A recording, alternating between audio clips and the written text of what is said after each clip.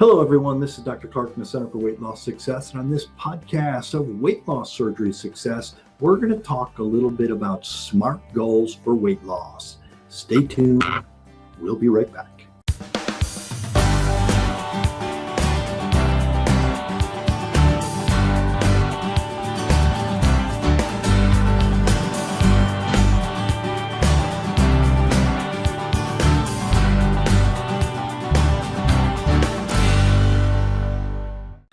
Again, hello everyone, this is Dr. Clark, and today's podcast, I want to talk a little bit about goals, specifically SMART goals. Goals are very important, and it's getting to the time of year. Here we are getting towards the end of the year, and we want to start looking forward, also look back at what did we accomplish. I do this every single year. I encourage my kids to do this. I sit down with my wife and we can reevaluate how did our year go? What do we want to accomplish next year? Now with weight loss, and it's a common thing to think about, especially when we're looking towards the beginning of the year, January 1st is right around the corner. So kind of looking at some of these weight loss goals are also very important too. And I want to talk a little bit about setting what I'll refer to as SMART goals. And SMART is a mnemonic, S-M-A-R-T, and we'll go through exactly what that means. Setting up SMART goals, and really SMART goals for anything. This doesn't necessarily have to pertain to weight loss. Obviously, that's what I do, and that's what we mainly do here at the Center for Weight Loss Success. But this discussion really can be, it's pertinent for really any goal that you're trying to obtain, whether it be an educational goal, whether it be a fitness goal, whether it be really anything, a social goal.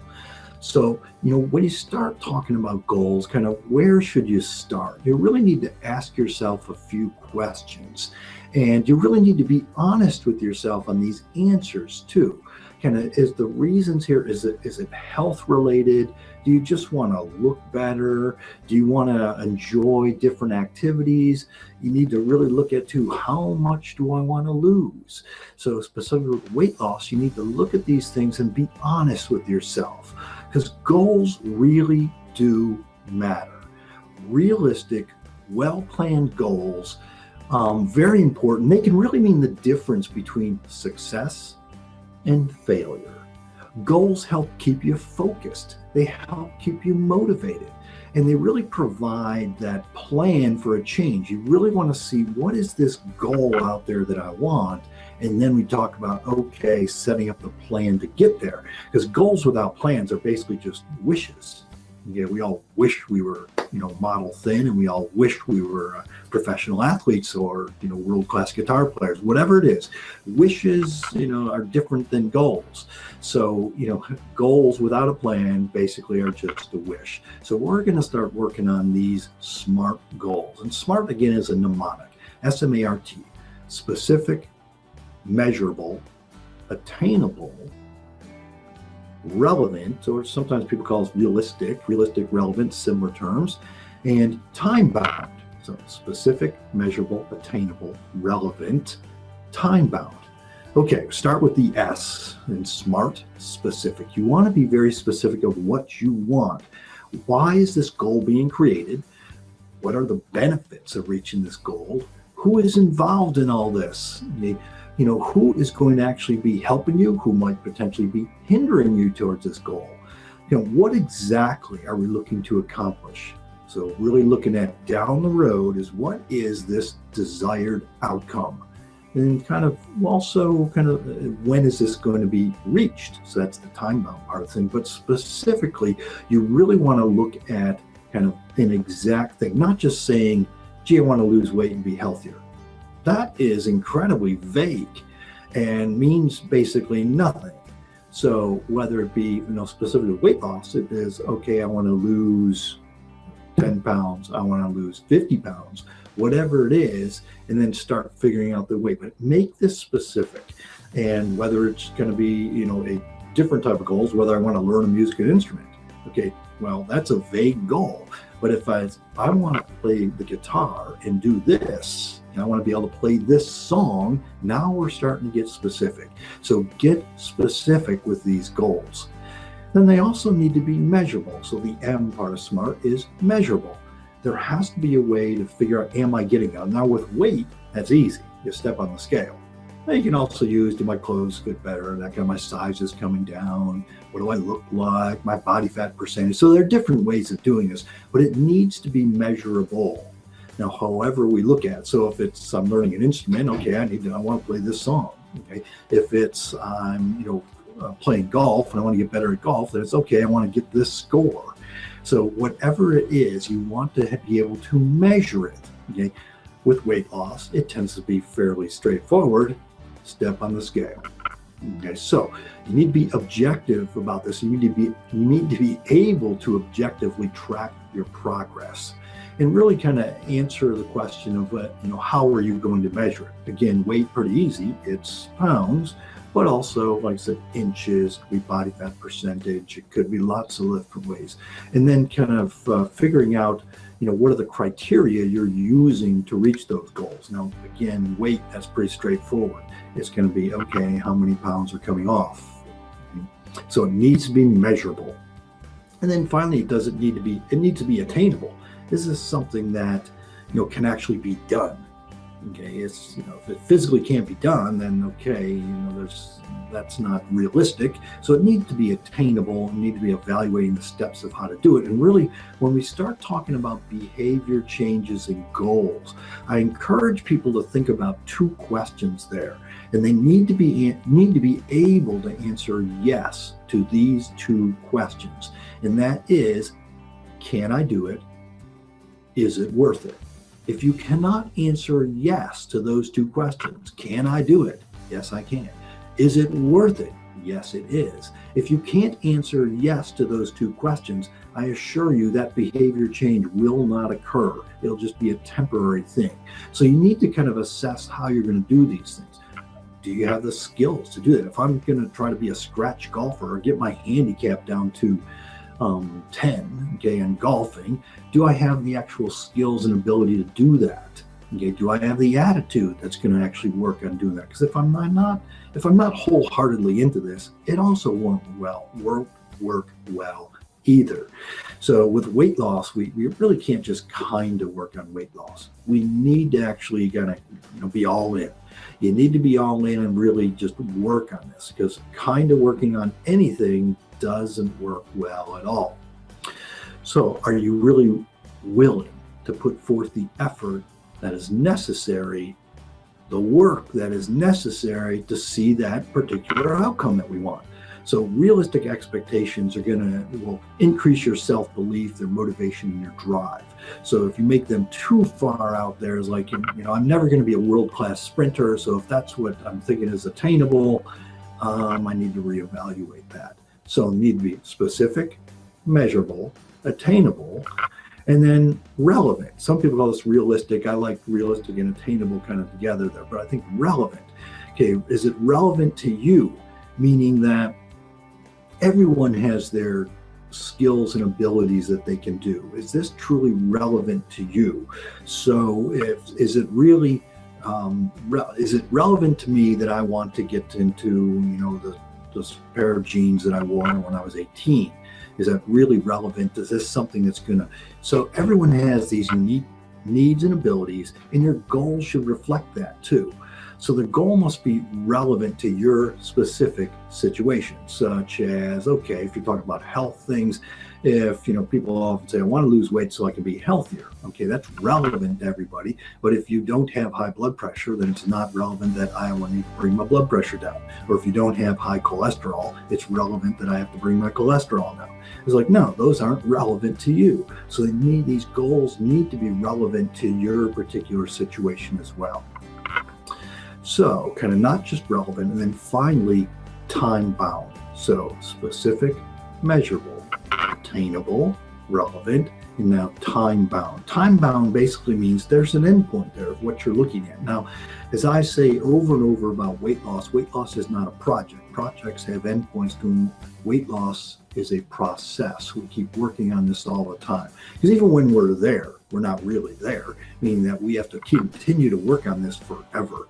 So when time bound, whenever we're talking about a goal, if we just say something like, well, I want to lose 10 pounds sometime, like obviously we're not going there. Okay, there needs to be some time bound to it, whether it be 2 months, 4 months, 6 months, whatever it is, and then mapping out how you're going to do this. So when is this goal actually going to be accomplished? Okay. Do you have a specific date in mind? Maybe it's, okay, an anniversary coming up. Maybe it's your birthday. Maybe it's some get together, a family reunion. Maybe it's your high school reunion. Whatever it is, do you have this time involved? And then is it, again, looking back, is it realistic? Is it relevant to kind of get there as well? So time binding it is very important when we look at goals. So those are SMART goals. Now, goals, again, should be personalized. What's relevant and personal to you isn't relevant and pertinent to and personal to Aunt Susie. Okay? So everybody should personalize their own goals. Okay? They need to be for you, so again, you can be all in on doing this. If they're not pertinent to you, if they're not really relevant to you, if they're not personalized to you, then subsequently, you're really not going to be that much into trying to reach that goal. Now, we're specifically talking about weight loss. You really want to make sure you're setting realistic goals. So healthy weight loss typically occurs relatively slowly and steadily. So to think that I'm going to lose 25 pounds in a month is pretty darn unrealistic. Right? So you want to work on kind of planning that 1 to 2 pounds a week. Now, really, to do that, then you're going to have to burn or get rid of an extra kind of 500 calories or more a day. Now, whether it's going to be decreasing calories or whether it's going to be increasing activity to do that, as I've talked about multiple times, it's not as simple as just cutting back on calories or increasing your activity a certain amount of calories. If it was, I wouldn't have a job. But no matter how you look at it, you still have to look at reasonable, kind of steady type of if you think you're going to continue to, the first couple of weeks, maybe you will lose kind of 4 or 5 pounds, but if you think that's going to continue long term, that's not probably too realistic.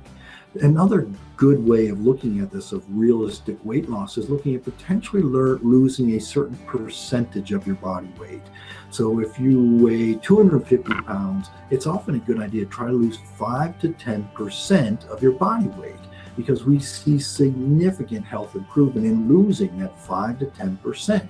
10% then 250 pounds, 25 pounds. So it's okay.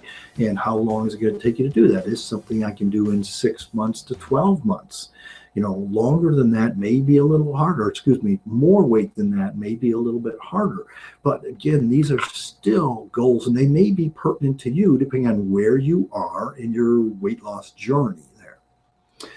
You do want to think of goals as both being short-term and long-term. Keep that long-term, I refer to that long-term postcard vision of where I want to go, where I want to be. Kind of when you think of your ultimate, what do you want to do? And that's kind of that long-term, and that may be kind of a couple of years out.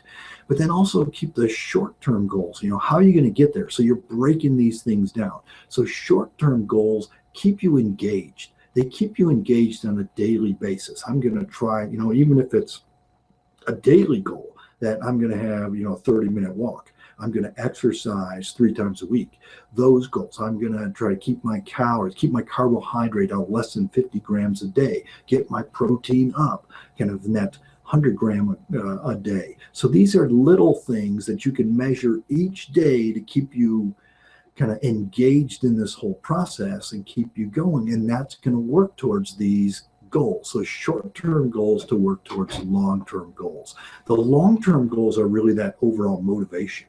What's really driving this? Okay, where do you want that long-term goal? Where do I want to be in 1 year, 2 years? And this can be either professional goals, weight loss goals, health goals.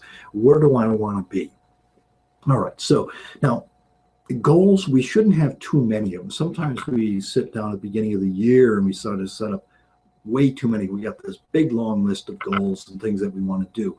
And again, keep that long-term vision in mind, but you don't want to make it so overwhelming, because if we get too many things, there's no way we can do all of these things. So they become very unmanageable. And unmanageable often then becomes unobtainable as far as goals go. And they just leave you overwhelmed and undermotivated. And so subsequently, then we need to continue with that long-term motivation. And again, it's that long-term vision. Now, in order to do that, though, you need to write it down. It's very important to write these things down, as if it becomes more real. Thinking about it is great. Write it down. Actually, and if you talk to somebody and write it down, it becomes even more real. So when planning your goals, write them all down. And it may be that some of these goals you dismiss, right? It's like, okay, maybe I can't do this at this time. But as you start looking into how you're going to accomplish those goals, write these things down. So if specifically, gee, I want to increase my activity. I want to start being. So how are you going to do that? Are you going to get up 15 minutes early and go for a walk? Are you going to exercise in the morning? Am I going to stop by the gym on my way home from work? What am I going to do? Am I going to walk my friend across the street each day? Whatever it is, how are you going to fit this in? Because we need to sometimes schedule it, because life, I assure you, gets in the way. You know this, that life gets in the way. So how are you going to fit it into the schedule? Are you going to make it kind of an appointment? What do you actually need to get started? So if I'm starting a walking program, do I need to go out and get new shoes? Do I need any other equipment? Walking's an easy one. You don't need a whole lot of equipment. You can walk anywhere. So, but this is something, what do you need to kind of do this? If I'm kind of getting ready to kind of start my weight loss plan and my eating plan, do I have the food that I need there? Have I gotten rid of the food that shouldn't be there? What are the things that you can actually do? Write these things down, start planning it out. Picking a date is also very important too. This is kind of a little bit, it's on the same topic, but it's kind of along those terms of planning ahead of time and picking a date.